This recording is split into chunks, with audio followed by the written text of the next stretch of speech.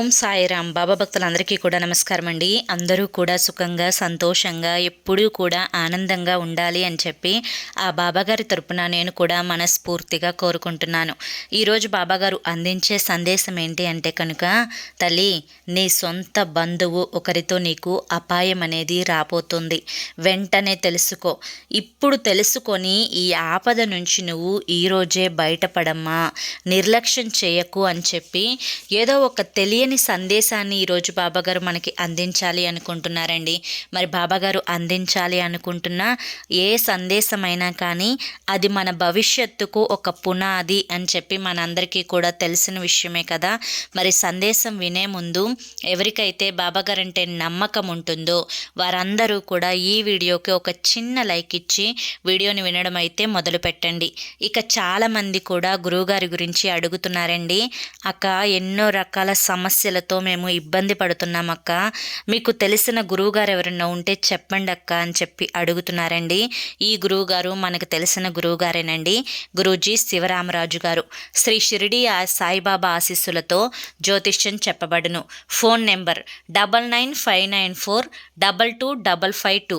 మీరు ఇప్పటి వరకు ఎన్నో చోట్ల జ్యోతిష్యం అనేది చెప్పించుకొని మీరు కోరిన మార్పులు మీ జీవితాలలో జరుగక విసిగిపోయి ఉంటారు. మీ సమస్యలు ఏవైనా కానివ్వండి, ప్రేమ, పెళ్ళి, ఉద్యోగం, రాజకీయం, సంతానం లేక ఇబ్బంది పడుతున్నా, భార్యాభర్తల మధ్య గొడవలున్నా, అప్పుల సమస్యలున్నా, శత్రువుల సమస్యలున్నా, ఇలా ఎటువంటి సమస్యలకైనా కానీ గురువుగారు ఆ సమస్యలకు తగిన పూజలు చేసి మీకు వెంటనే పరిష్కారాన్ని చూపిస్తారు. గురువుగారు చెప్పింది చెప్పినట్లుగా 100కి 1000% జరుగుతుందండి. మా జీవితాలలో కూడా ఎన్నో రకాల సమస్యల నుంచి ఈ గురువుగారి దయ వల్లే బయటపడ్డాము. వెంటనే కాంటాక్ట్ అవ్వండి. ఇక బాబాగారి యొక్క సందేశం విషయానికి వస్తే కనుక, తల్లి, నీ బంధువు ఒకరితో నీకు అపాయం అనేది పొంచి ఉందమ్మా. తల్లి, ఇప్పటికే నిన్ను పలుమార్లు హెచ్చరించినా కూడా నువ్వు నిర్లక్ష్యం అనేది చేస్తూనే పోతున్నావు. ఇప్పటికైనా కానీ నువ్వు తెలుసుకోకుండా నిర్లక్ష్యం చేశావు అంటే ఆ బంధువు నుంచి నీకు ఆపద అనేది తప్పదమ్మా అని చెప్పి మనకి బాబాగారు చెప్పాలి అనుకుంటున్నారు. బిడ్డ, ముందుగా నువ్వు తప్పకుండా ఆ యొక్క గణేశునికి ఈ వినాయక చవితి రోజు పూజ అనేది చేసుకునే ఉంటావు. మీ అందరికీ కూడా ముందుగా వినాయక చవితి శుభాకాంక్షలు. తల్లి, ఎన్నో విఘ్నాలను తొలగించమని, ఎన్నో కష్టాల నుంచి బయట పడవేయమని, జీవితంలో కోరిన కోర్కెలు అనేవి తీరాలి అని చెప్పి, ఎన్నో సంతోషాలు జరగాలి అని చెప్పి, ఆపదల బారిన పడకుండా ఎప్పటికప్పుడు మమ్మల్ని ఒడ్డున పడేస్తూ ఉండు స్వామి అని చెప్పి విఘ్నాలను తొలగించే ఆ యొక్క విఘ్న నాయకునికి గణేశునికి నువ్వు తప్పకుండా నువ్వు పూజ చేసుకునే ఉంటావు. అయితే దాని యొక్క ప్రతిఫలము నీకు వెంటనే ఈ విధంగా సందేశం రూపంలో నీ చెవిన పడబోతోంది. అంటే ఆ యొక్క గణేశుని యొక్క ఆశీర్వచనాలతో పాటుగా ఈ బాబా, ఈ తండ్రి యొక్క పూర్తి ఆశీర్వచనాలు నీ వెన్నంటే ఉన్నాయి కాబట్టి నీకు ఏ కష్టం అనేది నీ దగ్గరికి కూడా, నీ ఇంటి గుమ్మాన్ని తాకటానికి కూడా భయపడేలా ఉన్నాయి కాబట్టే ఈ సందేశం ఇంత ముందుగా నీ చెవిన పడుతుంది అని చెప్పి నువ్వు అర్థం చేసుకోవాలి. తల్లి, ప్రతి మనిషికి కూడా కష్టాలు, కన్నీరు, బాధలు, సంతోషాలు, ఆనందాలు, కోరికలు అన్నీ కూడా ఉంటూనే ఉంటాయి. వారి యొక్క క్రియలను బట్టి, వారి యొక్క కర్మ ఫలితాలను బట్టి అవి జరుగుతూ వారి జీవితం అనేది ముందుకి గడుస్తూ ఉంటుంది. కాకపోతే బిడ్డ, ఎప్పుడైతే వారి యొక్క తప్పులను తెలుసుకొని చేసిన పాపాలకు పశ్చాత్తాపడి జీవితంలో ఇక ఎటువంటి పాపాలు చెయ్యము అని చెప్పి ముందడుగు వేస్తూ ఉంటారో, అయినా కూడా కర్మ ఫలితాల వల్ల కొన్ని కష్టాలనేవి అనుభవించాల్సి ఉంటుంది. అయితే ఎంతో అదృష్టం అనేది చేసుకొని ఉంటేనే ఆ కష్టాల నుంచి బయటపడే మార్గాలు అనేవి కనిపిస్తూ ఉంటాయి. బిడ్డ, నీతో పాటు సంతోషంలో, దుఃఖంలో, బాధలో ఎవరైతే నీ తోడుగా ఉంటారో వారే నీ యొక్క అసలైన ఆప్తులు. ఎవరైతే ఇంకా బాధలు పడాలి, ఇంకా కష్టాలు పడాలి, తనకు అంతే జరగాలి, అలా జరిగితేనే మాకు సంతోషంగా ఉంటుంది అని చెప్పి నీ కష్టాలను చూసి ఆనందపడేవారు ఉంటారు చూసావా, వారు నీ యొక్క సొంత బంధువులైనా సరే ఎట్టి పరిస్థితుల్లో వారికి నువ్వు దూరంగా ఉండడమే మంచిది. అటువంటి వారు నీ జీవితంలో చాలామంది ఉన్నారు. బిడ్డ, అసలు నీకు గౌరవం అనేది ఎలా లభిస్తుంది? ఏం చేస్తే నీకు గౌరవం అనేది దక్కుతుంది? ఏం చేస్తే నీ జీవితం అనేది సంతోషంగా నీ కోరికలను ఒక్కొక్కటిగా తీర్చుకుంటూ నువ్వు ఎక్కాలి అనుకున్న ఆ శిఖరం ఏదైతే ఉంటుందో ఆ శిఖరానికి ఒక్కొక్క మెట్టుకు దారి అనేది ఏం చేస్తే కనిపిస్తుందో నేను ఇప్పుడు జాగ్రత్తగా చెప్తాను. తల్లి, ప్రతీదీ కూడా నీ జీవితానికి ఉపయోగపడేదేనమ్మా. ఎందుకంటే నా బిడ్డ ఆనందంగా ఉండాలి అని చెప్పి నాకంటే ఎక్కువగా ఎవరు కోరుకుంటారు చెప్పు? నా బిడ్డ కన్నీటితో నా పాదాలని కడుగుతున్నప్పుడు నా మనసు ఎంత బాధపడిందో, నా బిడ్డ సంతోషం చూడాలి చూడాలి అని చెప్పి ఎంత తపన పడిందో అది నాకు మాత్రమే తెలుసు తల్లి. కనుక నా బిడ్డ సంతోషం కోసం నేను ఇస్తున్న ఈ చిన్న సలహాని జాగ్రత్తగా ఉపయోగించుకో. ఇది ఉపయోగించుకుంటే నీ జీవితం అనేది ఎవరైతే నిన్ను ఎక్కిరించారో, ఎవరైతే నిన్ను ఏడిపించారో, ఎవరైతే నిన్ను హేళన చేశారో, నిన్ను తక్కువగా చూశారో వారందరికీ కూడా ఒక మంచి సమాధానం అవుతుంది. జాగ్రత్తగా విను బిడ్డ. ఈ లోకంలో డబ్బు అనేది చాలా ముఖ్యం. కానీ డబ్బు అనేది ముఖ్యమవుతుందా? సంబంధాలు ముఖ్యం, ఆప్తులు ముఖ్యం, స్నేహం ముఖ్యం అనే మాటలు కూడా వినే ఉంటావు. అన్నింటికీ సమాధానం చెప్తాను. మొదట నీ మనసుని చాలా దృఢంగా ఉంచుకో. ఎందుకంటే ఇప్పుడు నేను చెప్తున్న ఈ వాస్తవాలను వింటే నిజమా అని చెప్పి నువ్వే ఆశ్చర్యపోతావు. కానీ ఇవే అసలు నిజాలు అని చెప్పి తప్పకుండా తెలుసుకుంటావు. డబ్బు ఎక్కడ ఉంటే గౌరవం అనేది అక్కడ ఉంటుంది. తల్లి, డబ్బు లేకపోతే ఎన్ని అవమానాలు ఎదురవుతాయి. ఎంతమంది డబ్బు లేదు అనే ఒకే ఒక్క కారణాన్ని మనసులో పెట్టుకొని ఎన్నెన్నో సలహాలను ఇస్తూ ఉంటారు. తప్పు పనులు చేసేవారు కూడా నీతులు మాట్లాడుతూ అన్నింటికీ కూడా కారణం ఆ డబ్బు లేని వ్యక్తే అని చెప్పి చూపిస్తూ ఉంటారు. చులకనగా మాట్లాడుతూ ఉంటారు. వయసుకి కూడా విలువ ఇవ్వకుండా వీరు మమ్మల్ని ఏం చేయగలరు అనే ఒక్క ఇదిని మనసులో పెట్టుకొని చాలా దారుణంగా నడుచుకుంటూ ఉంటారు. దీని అంతటికీ కూడా కారణం డబ్బు లేకపోవడం. అదే డబ్బు అనేది నీ దగ్గర ఉంటే కనుక నువ్వు ఎట్లాంటి దానివైనా కానీ నీ అడుగులకి మడుగులు వస్తే సమాజంలో బ్రతుకుతున్నావు. కనుక డబ్బు అనేది చాలా అంటే చాలా ముఖ్యం. ముఖ్యంగా బంధువులు గౌరవించాలి అన్నా కూడా డబ్బే అవసరం. ఒకవేళ నీకు డబ్బు సంపాదించడం అనేది చేత కాకపోతే అడవులలోకి వెళ్ళి ఒంటరిగా సన్యాసిలాగా బ్రతకనైనా బ్రతుకు. కానీ డబ్బు సంపాదించడం చేతగానప్పుడు నీకు అదొక్కటే పరిష్కారం అని గుర్తుంచుకో. అంటే నువ్వు తెలుసుకోవలసింది ఏంటి అంటే కనుక డబ్బు సంపాదించే మార్గం ఏంటో తెలుసుకో. తల్లి, ఎప్పుడైనా కానీ మనిషికి అసలైన స్నేహితుడు ఎవరు అని చెప్పి నిన్ను ప్రశ్నిస్తే నీ మనసులో ఎన్నో రకాల ప్రశ్నలు అనేవి వస్తూ ఉంటాయి.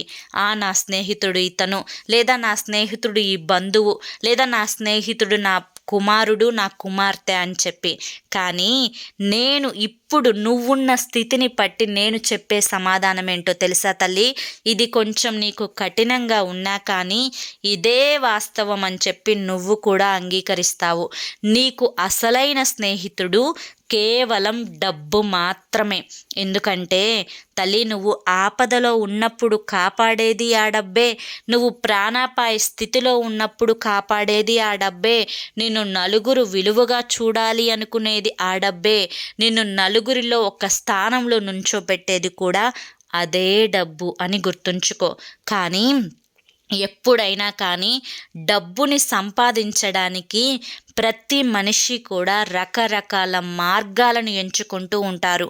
అంటే తప్పు చేసి కూడా చాలా సులభమైన మార్గాలలో డబ్బుని సంపాదించుకోవచ్చు అనుకుంటారు. కానీ అలా సంపాదించిన ధనం అనేది చెడు ధనం అవుతుంది. డబ్బు సంపాదించాలి కదా అని చెప్పి ఎదుటి వారి నెత్తిన టోపీ పెట్టడం, ఎదుటి వారి దగ్గర దోచుకోవడం, ఎదుటి వారి దగ్గర డబ్బుని తీసుకొని వారికి ఆ డబ్బుని ఇవ్వకుండా వారే ధనవంతులుగా చలామణి అవుతూ ఉండడం, ఇలా చెడు దారిలో సంపాదించిన ఎటువంటి ధనం కూడా ఎట్టి పరిస్థితులలో నిలవదు అని చెప్పి గుర్తుంచుకో. ఆ ధనం అనేది నిన్ను ఒక 5 సంవత్సరాలు లేదా ఒక 10 సంవత్సరాలు, ఒక 15 సంవత్సరాలు మాత్రమే కాపాడుతుంది. కానీ తరువాత ఆ ధనం అనేది పూర్తిగా కనుమరుగైపోతుంది అని చెప్పి గుర్తుంచుకో. కనుక డబ్బు సంపాదించడానికి మంచి మార్గాన మాత్రమే నడవాలి అని చెప్పి గుర్తుంచుకో. తల్లి, డబ్బు సంపాదించుకుంటావు సరే, కానీ ఆ డబ్బుని పొదుపు చేసుకోవడం కూడా చాలా ముఖ్యం. ఎందుకంటే ఇప్పుడున్న మంచి కాలం ఎప్పుడూ ఉండదు కదా తల్లి. నువ్వు నడవలేని స్థితికి వచ్చినప్పుడు, నువ్వు వృద్ధాప్యంలోకి వెళ్ళినప్పుడు, నువ్వు ఆపదలో ఉన్నప్పుడు ఇప్పుడు దాచిన ధనం ఏదైతే ఉంటుందో అది నిన్ను కాపాడుతుంది అని చెప్పి గుర్తుంచుకో. మంచి కాలంలో సంపాదించిన ధనం అనేది చెడు కాలంలో నీకు తప్పకుండా ఉపయోగపడుతుంది. కనుక డబ్బుని దాచుకోవడం కూడా చాలా ముఖ్యం తల్లి. తల్లి, సమాజంలో చాలా గొప్పవారిని నువ్వు చూసే ఉంటావు. వారందరూ కూడా చెప్పే మాటలేంటో తెలుసా? డబ్బు ఇవ్వాలంటుంది, రేపు పోతుంది. మనుషులు ముఖ్యం, మనుషుల యొక్క మనస్సు, మంచితనం ముఖ్యం అని చెప్పి ఎన్నో రకాల నీతులు చెప్తారు. అటువంటి వారిని నేను తప్పు పట్టడం లేదు. కానీ అలా చెప్పిన వారే తల్లి గుర్తుంచుకో, అలా చెప్పిన గొప్పవారే వారి యొక్క సంపాదన విషయానికి వచ్చిన తరువాత, లేదా వారు కూడా డబ్బుని సంపాదించడం మొదలుపెట్టిన తర్వాత అదే డబ్బుని చాలా జాగ్రత్తగా వాడుకుంటారు. ఎవ్వరికి కూడా రూపాయి కూడా జారనివ్వరు. ఆ డబ్బుని ఎంత మంచిగా ఉపయోగించుకోవాలో అంత మంచిగా వాళ్ళు ఉపయోగించుకుంటారు. నీ యొక్క చుట్టాలలో, నీ యొక్క బంధువులలో అటువంటి వారిని నువ్వు చూసే ఉంటావు కదా. డబ్బుదేముంది అని చెప్పిన వారే రూపాయిని కూడా రానివ్వని వారిని కూడా నువ్వు చూసే ఉంటావు కదా. తల్లి, ధనం ఉన్నవాడే ఈ సమాజం తెలివైన వాడిగా గుర్తిస్తుంది. అది నిజమా కాదా? ఎవరికైతే డబ్బు ఎక్కువగా ఉంటుందో, ఎవరైతే డబ్బుని ఎక్కువగా సంపాదిస్తూ ఉంటారో వారినే ఈ సమాజం తెలివైన వాడు అని చెప్పి అంటుంది. అవును కదా. ప్రపంచం అదే మాట ఎందుకంటుంది అని చెప్పి నేను చెప్తాను, జాగ్రత్తగా విను. ఎందుకంటే డబ్బు సంపాదించడం చాలా తెలివైనతనం. అందరికీ కూడా డబ్బు సంపాదించడంలో లోతులు పాతులు తెలియకపోవచ్చు. మనిషి ఎంత మంచివాడు, ఎంత తెలివైన వాడు అని చెప్పి ఎదుటివారు ఆ మనిషిని గుర్తించాలి అంటే కనుక ఖచ్చితంగా వారి వెనుక డబ్బు ఉండి తీరాలి తల్లి. ఇప్పుడున్న ఈ ప్రపంచపు పరిస్థితులలో ఇదే 100కి 1000% నిజం అని చెప్పి తెలుసుకో తల్లి. వేరే వారికి నీ దగ్గర డబ్బు ఉన్నప్పుడు, నీ దగ్గర అన్నీ ఉన్నప్పుడు సహాయం చేస్తూ ఉంటారు కదా. అలా సహాయం చేసేటప్పుడు ఎప్పుడూ కూడా ఎటువంటి ఈగో అనేది, ఎటువంటి అహం అనేది చూపించకుండా, వారి నుంచి ఏది కూడా ఆశించకుండా సహాయం చేయాలి. ఇది వాస్తవం. కానీ ఆ సహాయం చేసేవారు ఎవరైతే, అంటే సహాయం చేయించుకునేవారు ఎవరైతే ఉంటారో వారు మాత్రం ఖచ్చితంగా చదువుకున్నవారయ్యి జ్ఞానం ఉన్నవారై ఉంటే అటువంటి వారికి మాత్రమే సహాయం చేయి తల్లి. ఎందుకంటే అటువంటి వారు మాత్రమే నువ్వు చేసిన సహాయానికి ఒక కృతజ్ఞతను చూపిస్తూ ఉంటారు. ఆ సహాయం వల్ల వారు పూర్తి ఫలితాన్ని పొందుతారు. మళ్ళీ నువ్వు ఎప్పుడన్నా ఆపదలో ఉంటే అదే పరిస్థితిలో నుంచి వచ్చిన వారు నిన్ను ఆ ఆపద నుంచి బయటపడేస్తారు. ఎందుకు ఇలా చెప్తున్నాను అంటే కనుక తల్లి, జ్ఞానం లేని మూర్ఖులకు ఎంత సహాయం చేసినా కూడా నిన్ను మళ్ళీ మళ్ళీ వేలెత్తి చూపిస్తూనే ఉంటారు. ఆ సహాయాన్ని పొంది కూడా మీరు మాకు ఏం సహాయం చేశావు అని చెప్పి నిన్ను మళ్ళీ వేలెత్తి చూపిస్తూనే ఉంటారు. అవసరాలకి వాడుకొని అవసరం అనేది తీరిపోయిన తరువాత నువ్వెవరో నేనెవరో అన్నట్లుగా ప్రవర్తిస్తూ ఉంటారు.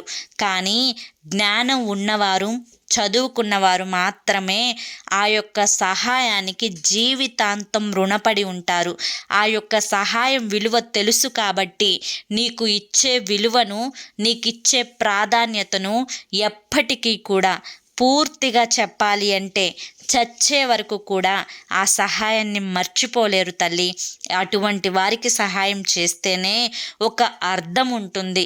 నువ్వు చేసిన సహాయానికి ఒక ప్రతిఫలం ఉంటుంది. కానీ ఎప్పుడూ కూడా ఎప్పుడన్నా ఆపదలో ఉంటే తప్పితే నువ్వు చేసిన సహాయానికి ప్రతిఫలం కోసం మాత్రం ఎదురు చూడొద్దు అని చెప్పి నేను చెప్తున్నా. తల్లి, ఒక చిన్న విషయం చెప్తాను, జాగ్రత్తగా విను. సముద్రంలో నీరు మనిషికి అస్సలు ఉపయోగపడదు. ఎందుకంటే ఆ నీరు తాగటానికి పనికిరాదు. అది మొత్తం కూడా ఉప్పుతో నిండి ఉంటుంది. కానీ అదే నీరు ఆవిరై ఒక మేఘంలా మారి వర్షంలా కురిసి ఒక మంచి నీటిని భూమికి ఇస్తూ ఉంటుంది.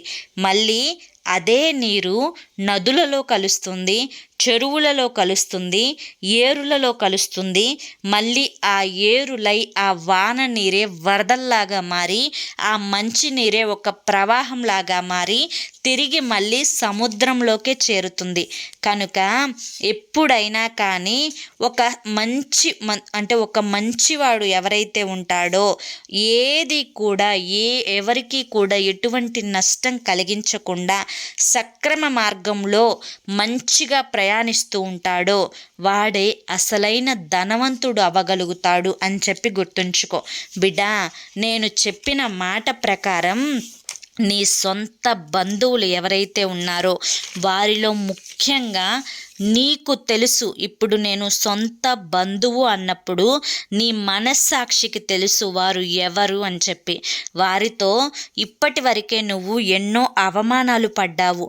ఎంతో మంచితనానికి పోయి వారి యొక్క అవసరాలు తీరిన తర్వాత నిన్ను కూరలో కరివేపాకులాగా తీసేసిన వారిని కూడా నువ్వు చూసే ఉంటావు. కానీ అటువంటి వారితో నీకిప్పుడు ఒక ప్రమాదం అనేది పొంచి ఉంది. కనుక వారితో తక్కువగా మాట్లాడు. వారితో ఎంతవరకు ఉండాలో అంతవరకు మాత్రమే ఉండు. సొంత బంధువే కదా అని చెప్పి రహస్యాలు చెప్పినా, అతిగా వారిని పూసుకునే ప్రయత్నం చేసినా, అతిగా వారితో ఆలోచన చేసినా, వారిని నమ్మి ధనాన్ని ఇచ్చినా పూర్తిగా నువ్వు నష్టాలలో కూరుకుపోయే ప్రమాదం అనేది ఉంది. అంతేకాకుండా నీ జీవితంలో చాలా ముఖ్యమైన వారి విషయంలో వారి నుంచి నీకు ఒక అపాయం అనేది రాబోతుంది. కనుక నీ యొక్క కుటుంబాన్ని జాగ్రత్తగా చూసుకునే సమయం, నిన్ను నువ్వు జాగ్రత్తగా కాపాడుకునే సమయం. నీ యొక్క సొంత బంధువు ఎవరైతే ఉన్నారో, ఇప్పటి వరకు ఎన్నోసార్లు నిన్ను మోసం చేసి నిన్ను అవసరాలకి వాడుకొని వదిలేసిన బంధువు ఎవరైతే ఉన్నారో అతనితో నువ్వు లేదా ఆవిడతో నువ్వు చాలా జాగ్రత్తగా ఉండాల్సిన సమయం ఇది.